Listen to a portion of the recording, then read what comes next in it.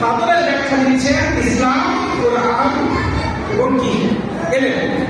আর নবী রহমাতিহি মানে যারা মুসলিম ইবনে আব্বাস অনেক মুফাসসির একরাম বলেছেন ওয়া মুহাম্মাদুর রাসূলুল্লাহ সাল্লাল্লাহু আলাইহি ওয়াসাল্লাম। রহমত বুঝাইছে নবী মুহাম্মদ রাসূলুল্লাহকে। কেন? আল্লাহ তাআলা কোরআনে নির্দেশ বের করার জন্য বিরেক থাকে মুফাসসির একরাম।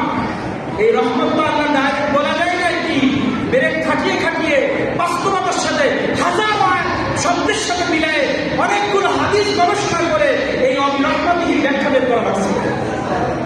অবিরহমাতিহি এখানে ডাইরেক্ট আমার নবীর কথা আল্লাহ বলে নাই, কিন্তু মুফাসসির একরাম গবেষণা করে করে অবিরহমাতিহির ব্যাখ্যা বের করেছে। তার মানে মুফাসসির একরাম ব্যাখ্যা কিভাবে করেছেন? আল্লাহ তাআলা অবিরহমাতিহির আগে যে ফাদল বললেন, এই ফাদল মানে তো কোরআন বুঝলাম, ইসলাম বুঝলাম, এলেম বুঝলাম। ওনারা বলছে পৃথিবীতে এলেম অর্জন আগে হয়েছে, কোরআন আগে আসছে, ইসলাম আগে আসছে, না আমার নবী আগে আসছে? তারা বলছে আল-ইয়াওমা আকমালতু লাকুম দীনাকুম ওয়া আতমামতু আলাইকুম নি'মাতি ওয়া রাদিতু লাকুমুল ইসলাম দীনান।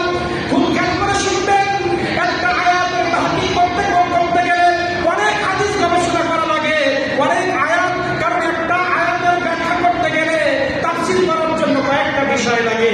একটা আয়াতের তাফসীর করার জন্য ওই আয়াতের সংশ্লিষ্ট আরেকটা আয়াত লাগে।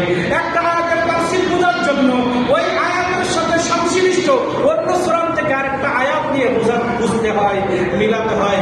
এর জন্য তাফসীর হচ্ছে তাফসীর বিল কোরআন। সমস্যা কোরআন মাজিদে ওয়াজ করতেছে, উনি বলতে পারবেন একটা আয়াতের তাফসীর বোঝার জন্য ওর সংশ্লিষ্ট অন্য সূরা থেকে আরেকটা আয়াত এনে বুঝতে হয়।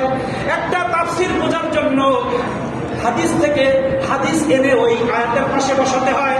একটা আয়াতের ব্যাখ্যা বোঝার জন্য ওই মুসা আলাইহিস সালামের তাওরাত কিতাব কালেকশন করতে হয়। একটা আয়াতের তাফসীর বোঝার জন্য ঈসা আলাইহিস সালাম যে কিতাবের অনুসারী ছিল ওই কিতাবের জ্ঞান অর্জন করতে হয়।